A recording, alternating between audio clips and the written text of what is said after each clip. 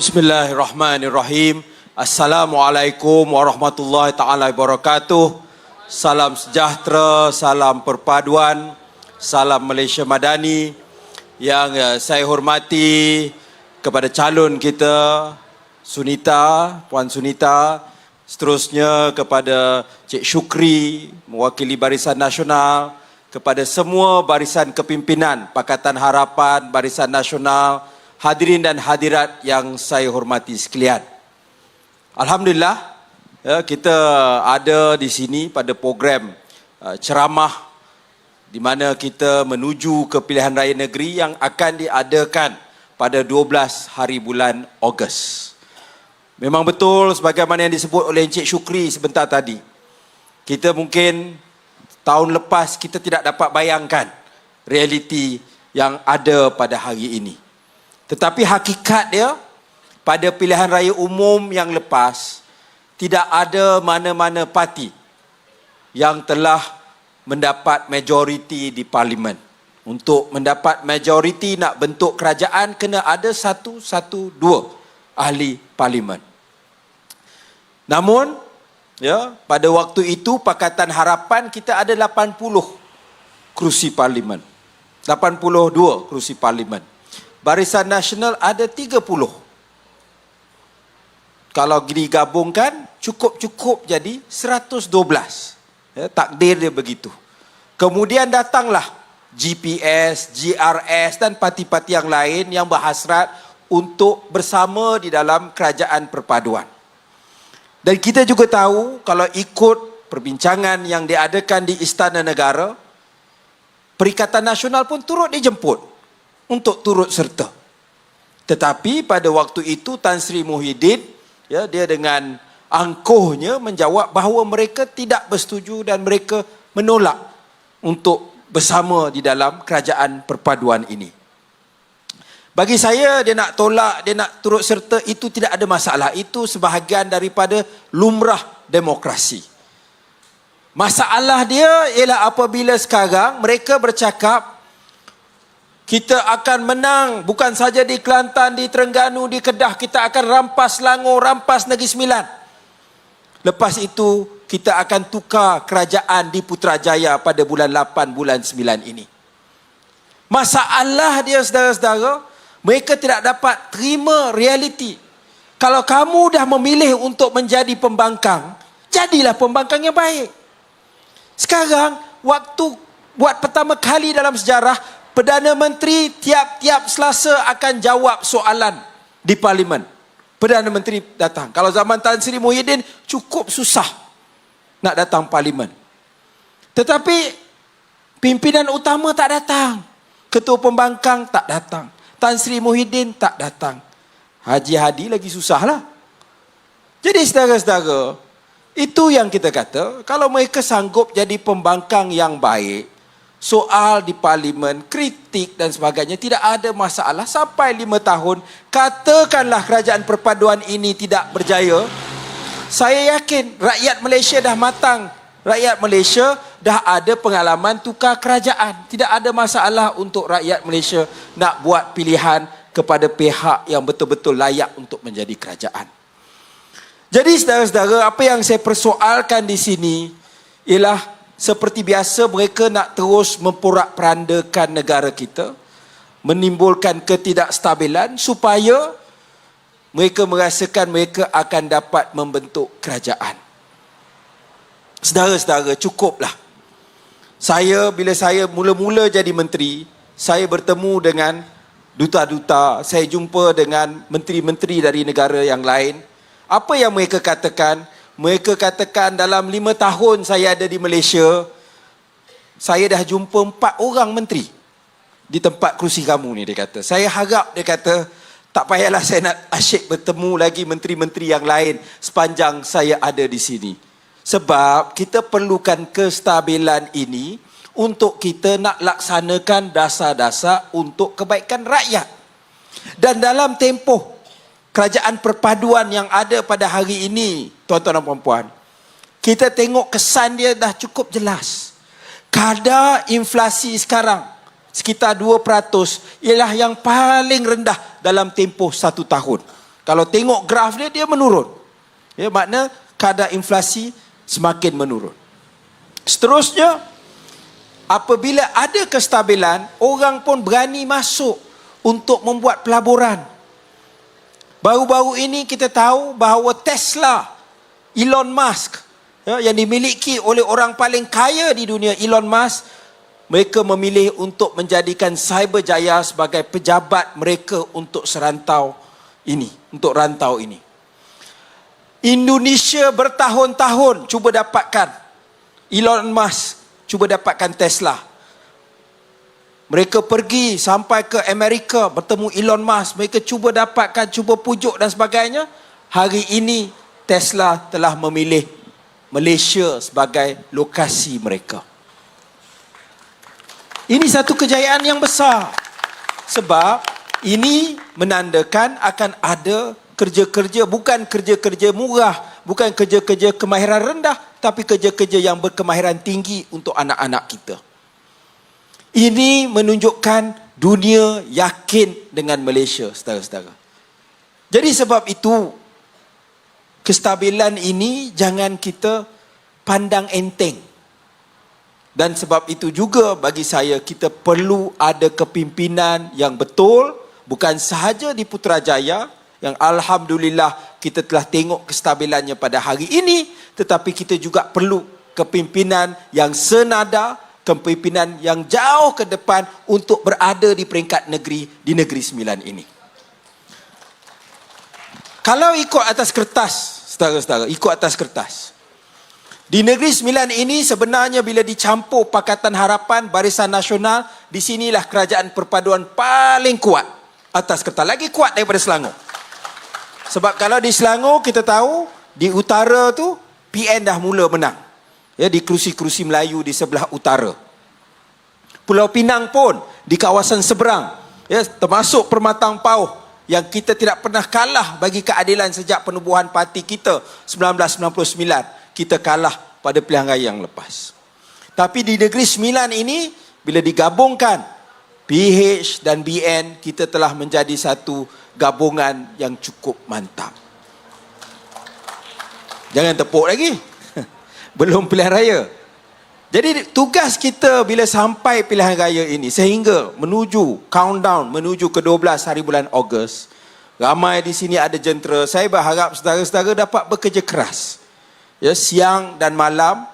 Nak bercuti ke, nak relax ke, tunggu selepas 13 hari bulan, pergilah bercuti.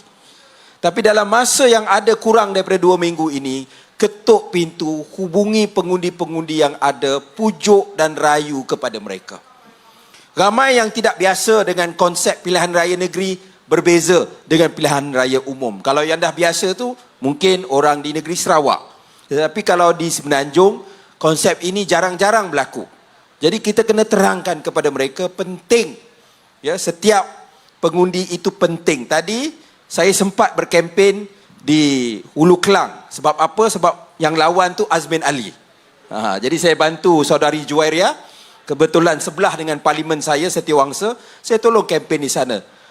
Separuh lah pengundi Setiawangsa ada, pengundi Hulu Kelang ada. Tiba-tiba terserempak dengan 6 orang pengundi Kelantan. Jadi saya tanya, dia kata, oh tak nak balik lah sebab macam tak ada harapan je, rasa PAS confirm menang. Saya kata kalau kita kalah 6 undi ini sebab 6 orang tak balik. Jadi sebab itu kita jangan rasa bahawa setiap undi itu tidak ada nilai. Ada sejarah. Kerajaan PAS di bawah waktu itu almarhum Tok Guru Nik Aziz. 2004 waktu itu gelombang Pak Lah. Ya, Pak Lah dapat 90% kerusi parlimen. Di Kelantan majoriti waktu itu ada 1 kerusi parlimen saja. Majoriti antara Barisan Nasional dan PAS. Beza dia 1 kerusi parlimen yang membolehkan PAS menang. Dan salah satu kerusi itu menang dengan majoriti 3 undi. Maknanya kalau tu tadi 6 orang, ini 3 orang tu saja.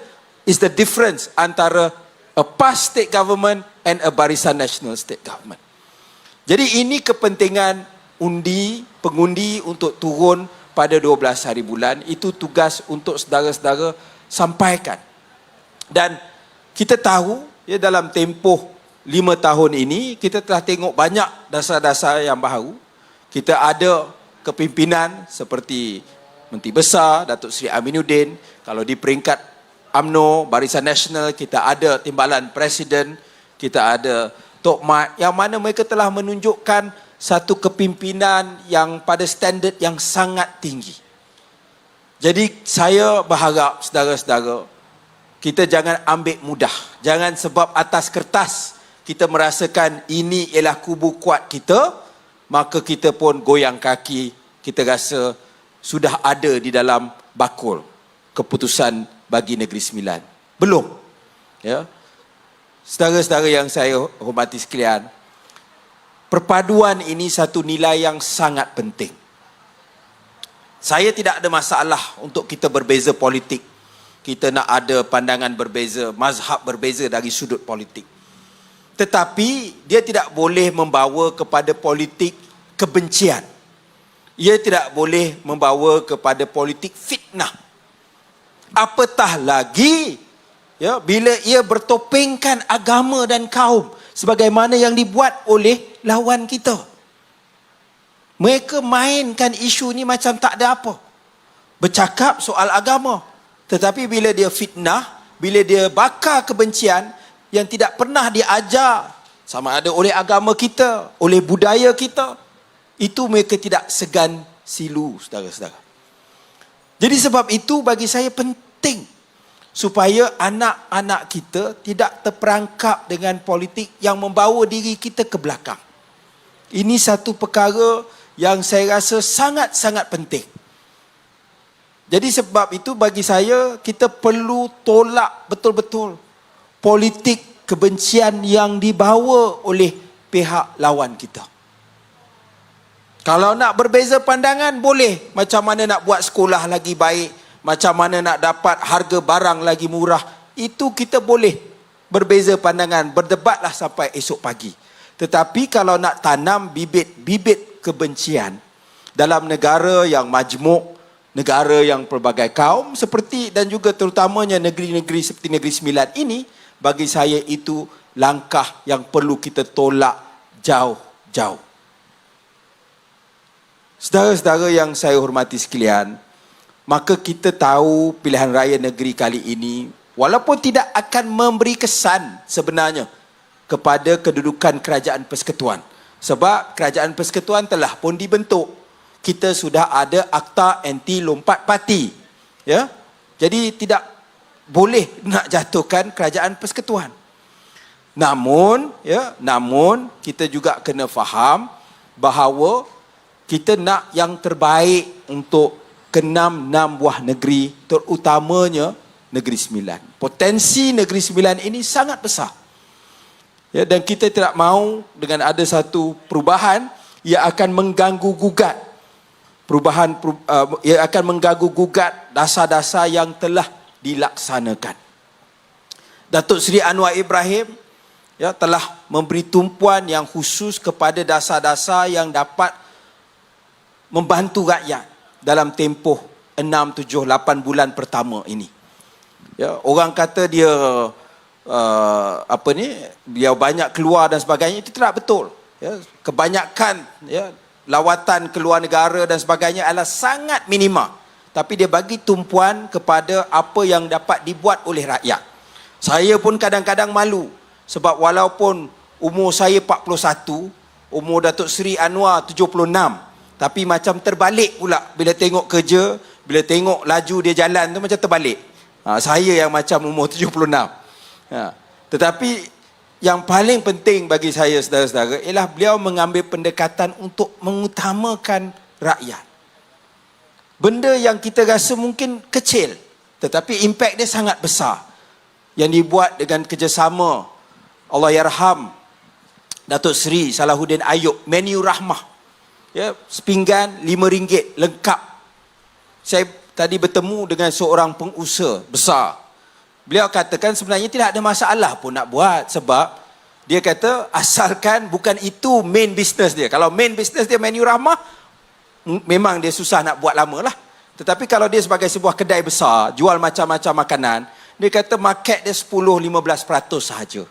tak bagi kesan besar sangat kepada dia.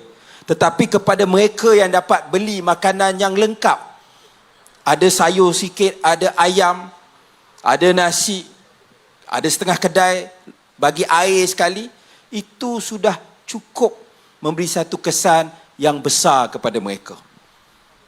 Dia kata mudah aja dia punya ni. Bila dah sampai tengah bulan, dia kata menu rahmah tu jadi popular. Ya, jadi kita faham kedudukan rakyat yang terdesak. Sebab itu nanti saudara Rafizi mungkin akan sentuh antara perkara yang kita nak tekankan di peringkat kerajaan perpaduan ini ialah soal gaji progresif. Kita tahu kadar gaji di Malaysia ini masih rendah. Daripada saya mula kerja sampai hari ini tak banyak beza gaji permulaan. Walaupun kita pergi ke universiti. Tetapi harga rumah, harga makan minum, harga pengangkutan, harga minyak semua dah meningkat. Jadi sebab itu ya, kerajaan tak mampu nak subsidi sampai bila-bila untuk semua. Kita boleh bagi subsidi, boleh bagi bantuan untuk orang yang paling miskin. Itu betul. Apa pendekatan terbaik ialah dengan menaikkan pendapatan rakyat. Itu akan bagi kesan yang terbesar. Kita kawal beberapa perkara dengan inisiatif seperti menu rahmah. Tetapi yang lebih besar, kita kena tengok bagaimana kita dapat naikkan pendapatan untuk rakyat. Kita dapat memastikan mereka mendapat kerja yang bermaruah. Itu sahaja cara dia. Dan itu, saudara-saudara, adalah perkara yang perlu kita tekankan untuk kita tengok satu masa depan yang lebih baik untuk anak-anak kita. Antara perkara terbesar, cabaran terbesar bagi Negeri Sembilan selama ini ialah kerana lokasi dia. Dari segi geografi ada untung. Dia terletak di bawah atau di selatan Selangor. Jadi dia dapat tempias. Bila lagi-lagi bila dibangunkan Putrajaya, dibangunkan KLIA, maka kita tengok ya, nilai misalnya telah menjadi satu kawasan yang sangat maju. Namun ya, orang merasakan dia lebih baik fokus kepada Kuala Lumpur, Selangor, di Lembah Kelang, ada Melaka, ada Johor. Jadi Negeri Sembilan ini kadang-kadang ada cabaran dia yang tersendiri. Begitu juga kalau kita tengok di Perak, mereka juga hadapi cabaran yang sama antara Selangor dan Pulau Pinang. Jadi sebab itu pendekatan ekonomi yang dapat memastikan seramai mungkin ya, dengan teknologi yang ada pada hari ini, dengan pembangunan yang ada pada hari ini, bukan semua anak-anak kita perlu ke KL, perlu ke Pulau Pinang, perlu ke Selangor untuk mendapat kerja yang terbaik. Sekarang kita boleh bekerja di mana-mana. Kalau di dalam setengah-setengah bidang misalnya. Orang nak duduk lebih lapang, tanah lagi banyak dan sebagainya, mungkin dia nak pilih nak duduk di Pilah sebagai contoh. Tapi apa yang kerajaan kena buat? Internet kena bagus. Kan? Itu kerja kerajaan lah yang kena sediakan. Tetapi sebab itu gandengan antara kerajaan persekutuan dan kerajaan negeri itu sangat penting, saudara-saudara. Dan kita dapat tengok, ya, saya ini complicated sedikit lah. Kalau dulu Facebook dia kata it's complicated. Sebab saya ini mak ayah orang Kelantan. Lahir di PJ, wakil rakyat 2 penggal Adun di Selangor. Sekarang jadi ahli parlimen 2 penggal di KL. Jadi kalau orang tanya mana, saya tengok tim bola mana yang tengah top sekarang. Yang pastinya bukan Johor lah. Apa yang saya nak ceritakan sedikit, kita telah tengok rekod di negeri Kelantan. Yang mana saya sebagai orang yang ada kaitan, ada lagi saudara mara, pakcik-makcik yang masih lagi tinggal di negeri Kelantan. Kita telah lihat apabila begitu lama ya, mereka memerintah, bagaimana negeri itu terus ketinggalan. Kelantan misalnya, kadar kemiskinan nombor 1. Kadar masalah sosial pun nombor 1.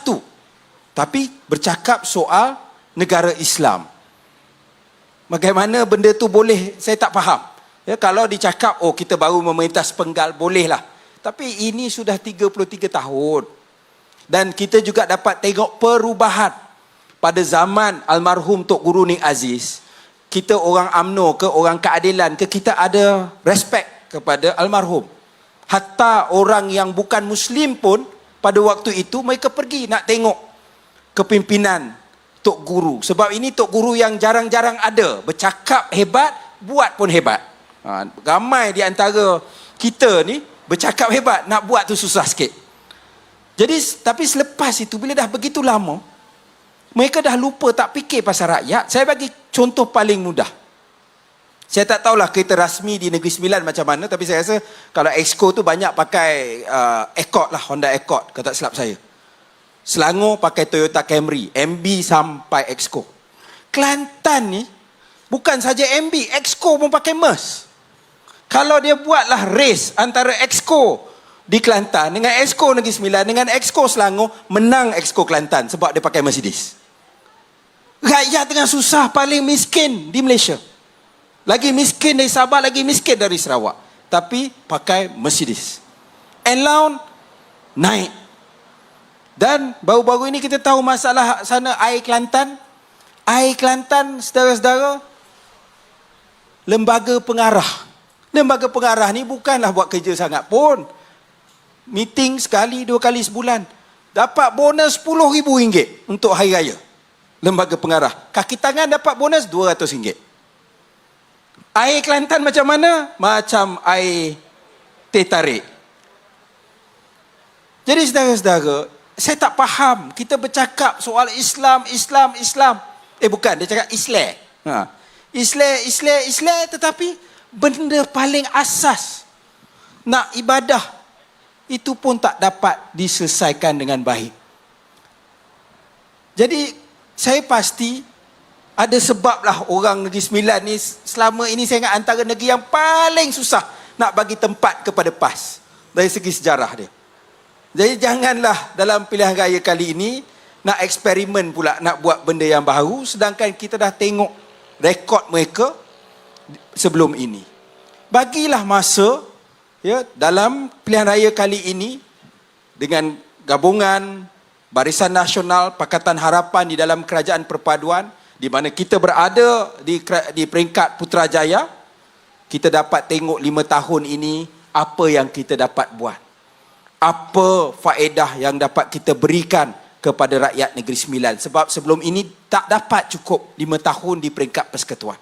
Kali ini kita ada, dan kita ada gandengan biru dan merah. Itu bunyi macam JDT. Biru dan merah. Jadi sebab itu, bagi masa 5 tahun. Itu saja permintaan saya kepada pengundi yang ada di Pilah, yang ada di Negeri Sembilan. Selepas itu, kalau betul kita tak berjaya, kalau betul bila nanti kita dah lupa tentang rakyat bila dah lama, kita boleh kalahkan pula Exco Kelantan dalam lumba kereta. Itu hak masing-masing untuk kita nak rasa nak buat perubahan. Tetapi bagilah kita satu penggal yang penuh di peringkat pusat, kita dah dapat. Sekarang bagi di peringkat negeri supaya kita dapat selaraskan dasar-dasar untuk kita bawa perubahan kepada seluruh rakyat, khususnya di Negeri Sembilan, insya-Allah. Jadi saudara-saudara yang saya hormati sekalian, kita pada yang jentera teruskan bekerja keras, jangan ambil mudah, dan saya bagi komitmen, sahabat-sahabat kita daripada Barisan Nasional, kita pun ada buat kempen yang mana saya boleh katakan di peringkat daripada Perdana Menteri kepada pimpinan-pimpinan kanan, jemaah menteri dan pimpinan kanan dalam Pakatan Harapan, kalau di situ yang bertanding ialah calon Barisan Nasional, kami akan bagi sokongan 100% untuk memenangkan calon Barisan Nasional tersebut. Dan saya telah lihat juga daripada malam ini dan sebelum ini, komitmen daripada sahabat-sahabat Barisan Nasional, di mana kita bertanding sebagaimana di sini, anda juga akan memberi sokongan dan dukungan 100% kepada calon-calon Pakatan Harapan. Sebagaimana dikatakan, kita nak menang bersama. Hanya dengan itu kita dapat membentuk kerajaan negeri yang betul-betul stabil untuk kita bawa perubahan, untuk kita perkenalkan dasar-dasar yang terbaik untuk semua rakyat yang ada, insya-Allah. Jadi dengan itu, saya ucapkan sekali lagi terima kasih kepada pihak penganjur, dan saya berharap semua pengundi-pengundi Don Pilah dapat memberi sokongan kepada Cik Ta kita, Puan Sunita, di dalam pilihan raya negeri kali ini. Terima kasih.